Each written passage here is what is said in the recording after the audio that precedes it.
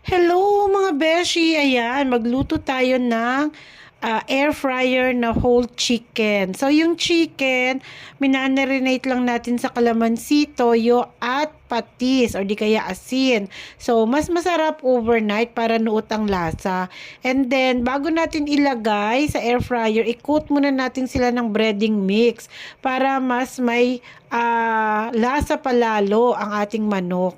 And then, after nyan, ayusin na natin siya sa air fryer. So, yung manok na yan, mga more than 1 kilo yan. So, kasyang-kasya sa 3.5 liters na air fryer. And then, after nyan, ilagay natin sa air fryer ng isang oras. So, 30 minutes sa isang side. Ayan, binaliktad natin. And then, another 30 minutes sa kabilang side. So, ayan, ang itsura niya na pagluto na, 'di ba? So, sobrang healthy